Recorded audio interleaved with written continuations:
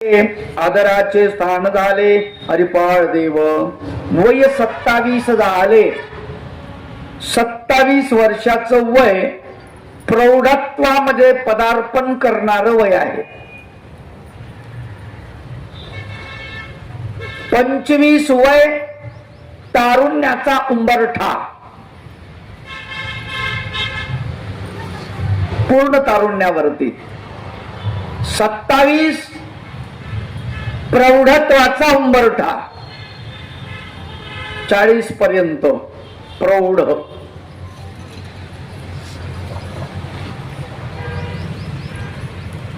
आणि पुढे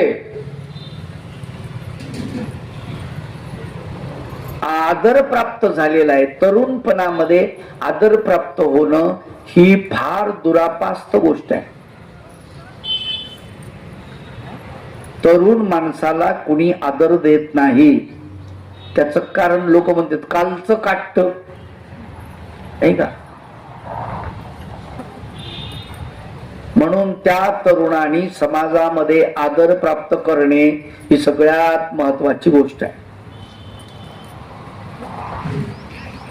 स्वतःच्या कर्तृत्वावरती, वागण्यावरती, आचारा विचारावरती जर तो व्यवस्थित राहिला तर त्याची कीर्ती सगळीकडे पसरल्या जाते. अशा प्रकारे हा मालणी मातेचा जो पुत्र आहे त्याची 27 वर्षाचं वय झालं आणि त्याने आदराचं स्थान प्राप्त केलं. एके समयी औचित घडले हरिपाळा ज्वरे व्यापिले, आणि त्यातची निधन झाले विशाल सुताचे. एके वेळेस अकरीतच घडलं, विपरीत घडलं, अवचित घटना घडली. काय घडली? ज्वर आला, ताप आली हरिपाळाला, आणि ती ताप वाढत गेलेली आहे, कमी झाली नाही. त्याच्यामुळे त्यातच त्याची प्राणज्योत मावळली. या विशाल देवाचा मुलाच. गुर्जर देशी संकट आले, दुःखाचे पर्वत कोसळले, काळाच्या कुठारे नेले मालणी बाळा ते. गुर्जर देशावर हे संकट आलेलं आहे. दुःखाचा पर्वत डोंगर त्याच्यावरती कोसळलेला. काळाच्या कुठारे नेले. कुठार म्हणजे कुऱ्हाड, काळाची कुऱ्हाड ज्याच्यावर पडली, काळाचं हत्यार ज्याच्यावर पडलं आणि या मालणीच्या बाळाला घेऊन गेलेला. चौकडे हाकार झाला, अश्रूंचा महापूर आला, मालणी मातेच्या दुःखाला अंतची नाही. चौकडे हाहाकार झाला. राजपुत्र मरण पावल्यानंतर तरुण राजपुत्र गेला, सगळी लोकच रडायला लागली. त्यात मालणी माता हिच्या दुःखाला अंत नाही. जिचा तरुण पुत्र मरण पावतो आहे तिला किती दुःख आहे. ती आला पुणी करी रुदन, कासया झोपला रे नंदन, प्रात स्नानासी जल उष्ण तुझसाठी ठेविले. ती आलाप करते, आलाप करून रडते. रडताना ती बोलत असते. ती काय म्हणते ते वर्णन आलंय. आलाप करून रडते. आरापुनी करी रुदन, कासया झोपला रे नंदन. हे बाळा का झोपला रे बाबा, उठ ना. प्रात स्नानासी जल उष्ण, मी गरम पाणी ठेवलेलं आहे नाहनीमध्ये नेऊन स्नानगृहामध्ये, तू आंघोळ करून घे. जा बाबा. सौंगडी आले सौंगडी भेटण्या आले, राजद्वारी उभे ठाकले, मृगयेशी निघावे वहिले राजीव नेत्रात्वरेणे. सवंगडी भेटण्यास आले, तुझे मित्र तुला भेटायला आलेले आहेत. आणि ते राजद्वारी, राजमहालाच्या द्वारामध्ये, दरवाजामध्ये उभे आहेत. आणि त्यांच्यासोबत तू फिरायला जातो ना, मृगयेला म्हणजे शिकारीला किंवा फिरायला. तुला घेऊन जाण्यासाठी आले. उठणं रे बाळा, जाणं. राजीव नेत्रा, ज्याचे नेत्र कमलासारखे आहेत त्याला राजीव असं म्हणते, राजीव नेत्रा. अर्ध्या सागरी आली नाव आली, मध्येच सोडून दिली, मी एकाच पुत्राची माऊली, कशाला जगू रे. काय म्हणते? अर्ध्या सागरी नाव आली, अर्ध्या समुद्रात नाव आली म्हणले, आणि मध्येच का सोडून दिली रे बाबा तू हे नाव. आता काय करावं मी, आणि मला एकच पुत्र आहे, दोन नाहीत रे, त्याच्याकडे पाहून मी जगेन, तू गेला, आता मी जगून तरी काय करू. असं म्हणून ती रडते आहे. माझा नंदादीप विजला, चौकडे अंधार झाला, कोठे शोधू पाडसा तुला, भवाटवीतया. माझा नंदादीप विजला, नंदादीप म्हणजे कुलाचा दीप, कुलदीपक, तो विजला. चौकडे अंधार झालेला आहे, सगळीकडे आता मला काही दिसत नाही, तुला कोठे शोधू. पाडसा म्हणजे हरणाचं जे पाडस असतं लहान बाळ, त्याला पाडस म्हणतात. निरापराध, निर्मळ, म्हणून पाडस. या भवाटवीमध्ये, या संसारामध्ये तुला कुठे शोधू, कसं पाहू, कुठे सापडशील रे बाळा. असं म्हणून ती रडत आहे. माझी पाण्यात बुडाली नाव, आता कुठेच नाही ठाव, कैसा तुझा प्रेम भाव, बाळराजा लोपला. माझी नाव पाण्यात बुडाली म्हणते, आता मला कुठेच ठाव नाही. ज्या नावीत मी बसले आहे ती नाव पाण्यात बुडाली, आता मला आधार कुठे आहे. तुझा प्रेम भाव बाळा कसा लोपला, कसा नाहीसा झाला रे. म्हातारपणीची काठी गेली, तुझी आई अपंग झाली, का रे संगत तू सोडली, तानुल्या वत्सा. तू माझ्या म्हातारपणाची काठी आहेस रे बाळा, तुझ्या खांद्यावर हात ठेवून मी चालले असते, तुझ्या तोंडाने मी बोलले असते, तुझ्या डोळ्याने मी जग बघितलं असतं. तू निघून गेला, माझा आधार गेला, तुझी आई आता अपंग झाली बाळराजा, का तू संगत सोडलीस.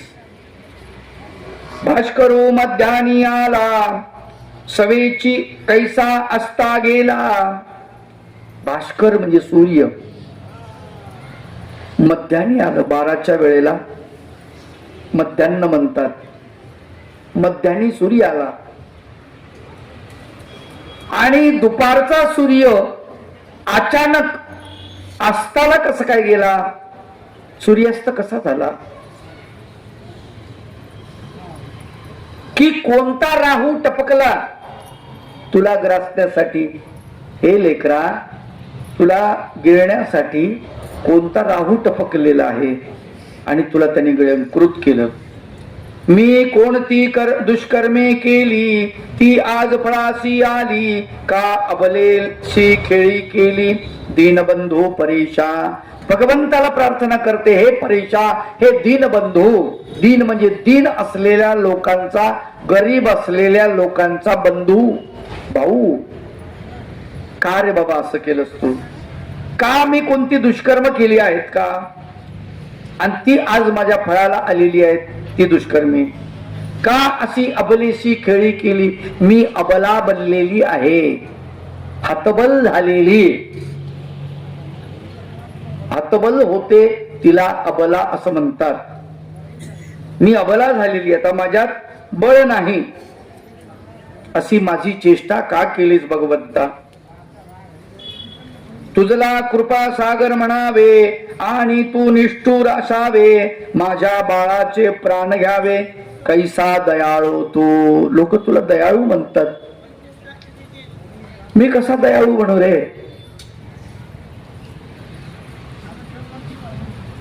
तुला कृपाळू म्हणतात, कृपासागर म्हणतात, आणि कृपासागर असलेला, कृपाळू असलेला तू तूच निष्ठुर झालास. माझ्या बाळाचे प्राण घेऊन तुला दयाळू तरी कसं म्हणू, कृपाळू तरी कसं म्हणू. भरल्या ताटाहुनी उठविला, का झोपेत घात केला. पुत्र का दिला आम्हाला, सांग तू प्रभू रे. भरल्या ताटाहून उठवलंस. तरुण पण म्हणजे भरलं ताटच आहे ना, त्याच्याहून उठवलं देवा तू. झोपेत का असा घात केलास. बरं तुला न्यायचाच होता तर मग आम्हाला पुत्र दिलास कशासाठी ते तूच सांग. आता कैसे प्रेमळ बोलणे, माता ऐशी हाक ऐकणे. बाळाचे स्वास्य हासणे, कैसे देखेन. आता कैसे प्रेमळ बोलणे, कोण माझ्याशी प्रेमानं बोलेल. आई, दरवाजातून जेव्हा हाक ऐकू येते तेव्हा ती कानाच्या माध्यमातून हाक हृदयात जाते आणि माझं हृदय पाझरून जात. आता ती हाक कोण देणार आहे. म्हणून आता कोण प्रेमानं बोलणार आहे. बाळाचं हसणं घरामध्ये ऐकू येत होत, ते आता कसं पाहिन मी, कसं दिसेन मला.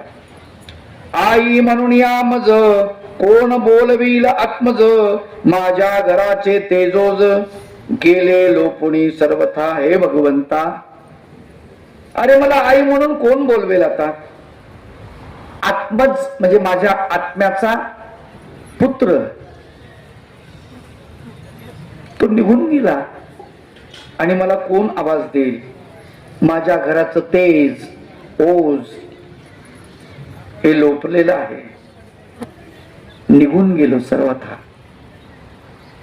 अरे देवा पतित पावना, हे देवा तू पतिताचा उद्धार करणारा आहेस, पतितांना पावन करणारा आहेस. माझ्याकडे बघणं जरा. हे देवा पतित पावना, पतित उठवी दया घना. पडलेलं प्रेत उठव ना बाबा. नाही तरी तुझी या वचना, बोलू लागेल श्रीहरी.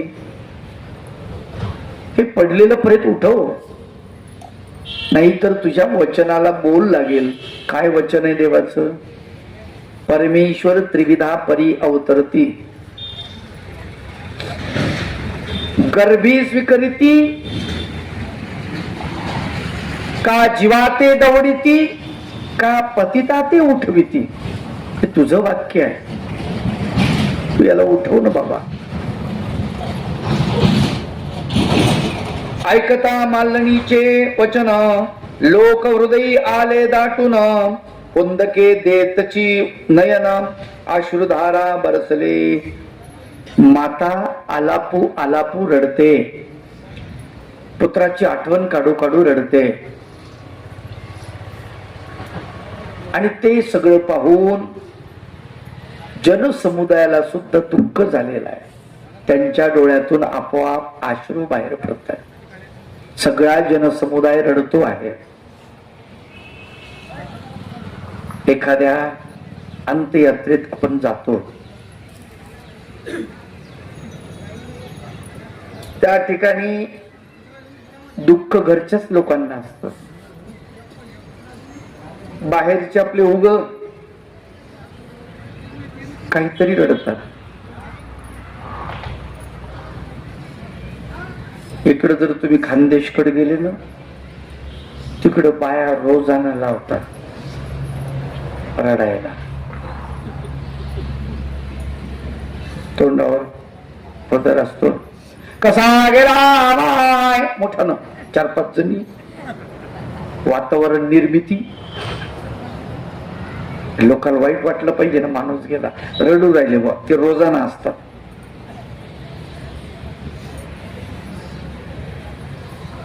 तुकाराम बाबांनी फार सुंदर उदाहरण दिलं. ते म्हणतात, मोले घातले रडू राया,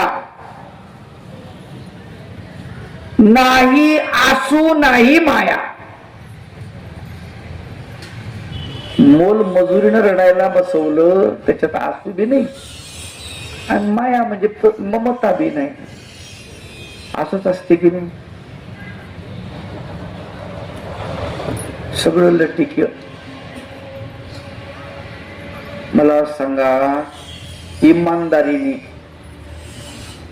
खरंच 90 वर्षाचं म्हातारं शी सू जाग्यावर करत, 2 वर्ष जाग्यावर केली, ते मेल्यानंतर लोकाला रडू येतं का सांगा बरं तुम्ही? किती वाजले? रडू येत? बरं झालं म्हणतात. काय म्हणतात? बरं झालं. कारण त्याला दुःख होत. खरं बोला ना माय बाप हो, त्याला दुःख नाही, तुम्हाला त्रास व्हायलाय. कधी खरं बोल सांग बरं? हा, कधी बोलतच नाही आपण खरं. लय लबाड मनुष्य नावाचा प्राणी. आपण गेलो ना, कस काय वाईटच झालं, तर ते काय म्हणत, नाही तसं काही नाही, आता वय झालेलं होतं. म्हणजे चांगलं झालं का? चांगलं झालं तर म्हणत नाही, पण त्याचा अर्थ तोच आहे की नाही? वय झालेलं होतं, बिमार होते आणि त्यांना लय त्रास होता. कशाचा त्रास होता? लय आरडायचे रात्री. काय म्हणायचे? बाबू बाबू बाबू, मला पाणी दे ना.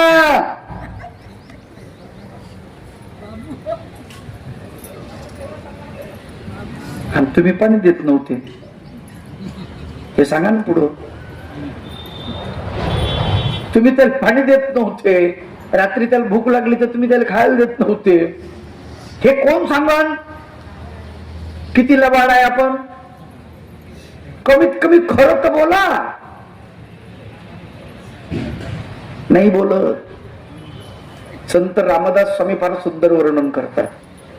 वळे जिव्हाची बोबडी, कपे कंठ धडधडी, दुर्गंधी सुटली तोंडी, नाकी श्लेष्मा वाहे, मान कापे चळचळा, डोळे गळती भरवा, वृद्धपणी अवकळा ठाकून आली, दंतपाटी उखळली, तेने बोरखिंडी पडली, मुखी लाळ गळू लागली दुर्गंधीची, डोळा पाहता दिसेना, कानी शब्द ऐकेना, दीर्घ स्वरे बोलवेना, दमा दाटे, शक्ती पायाची राहिली, बैसवेना मुरकुंडी घाली, बृहती वाजो लागली तोंडाची ऐसी,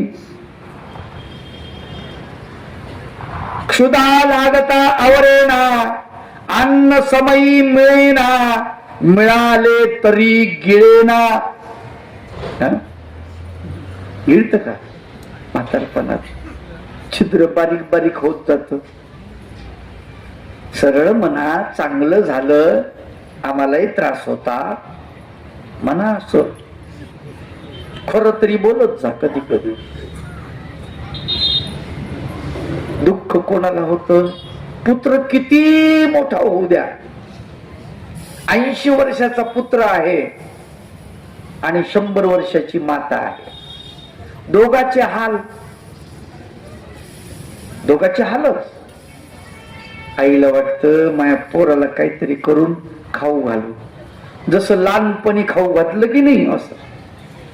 पण तिच्या हातामध्ये काही होत नाही, हात पाय लटलट लटलट कापत येत, काही होत नाही.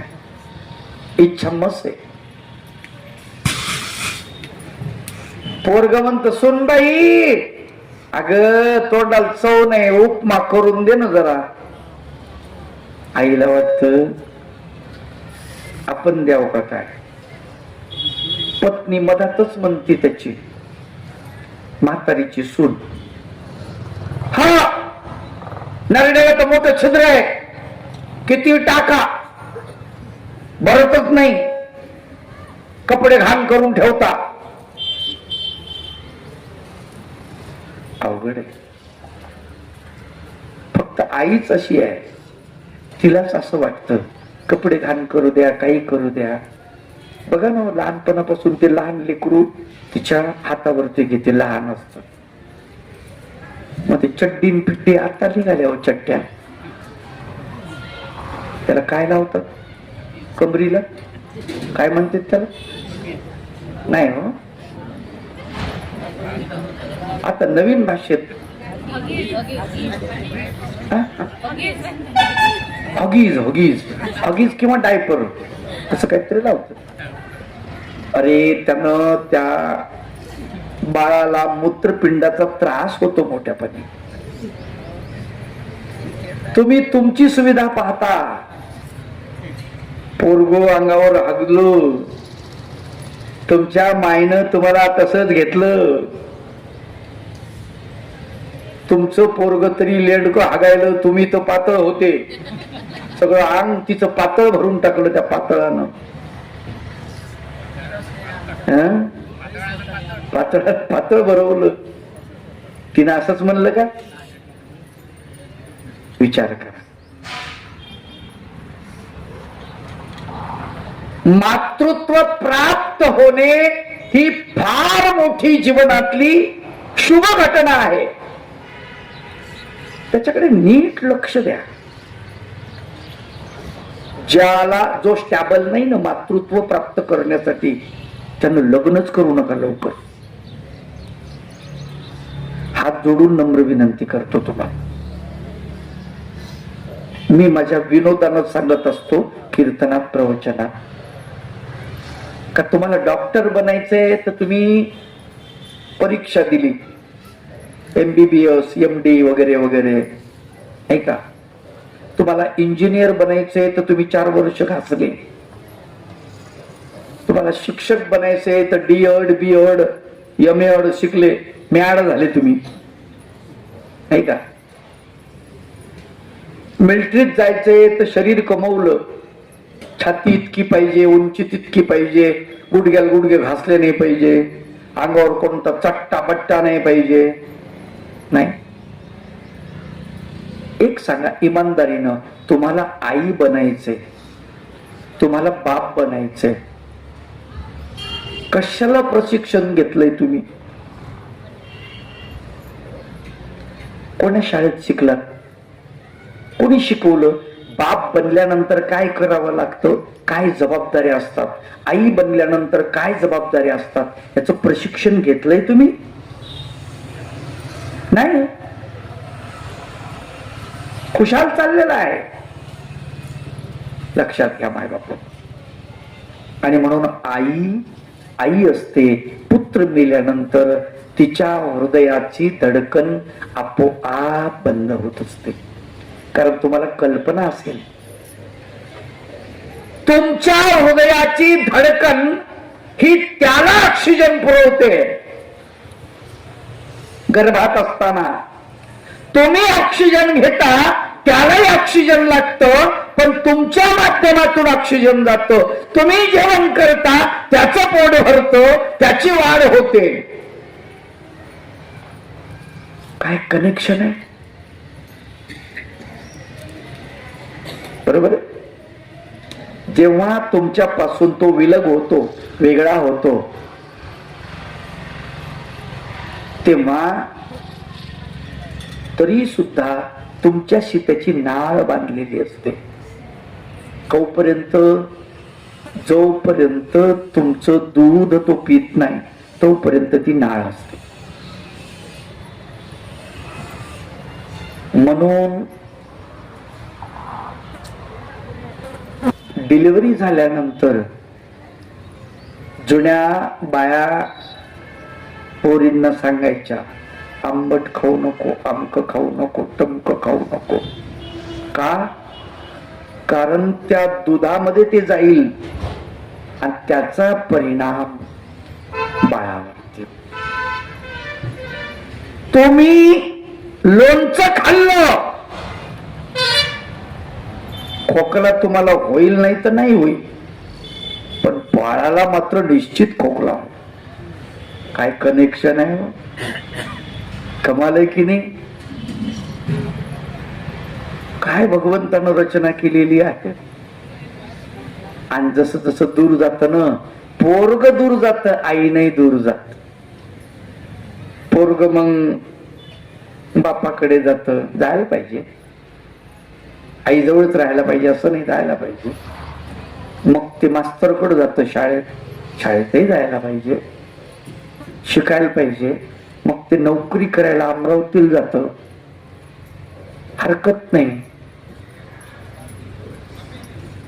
आणि मग नंतर ते तिकडच कॉलेजमध्ये दुसरं पाहतो, जोडीदार. काहून तर माझ्या माईला कळत नाही मला कसा जोडीदार पाहिजे. अरे तुझ्या माईला जितकं कळण तितकं कुणालाच कळणार नाही. लक्षात घ्या.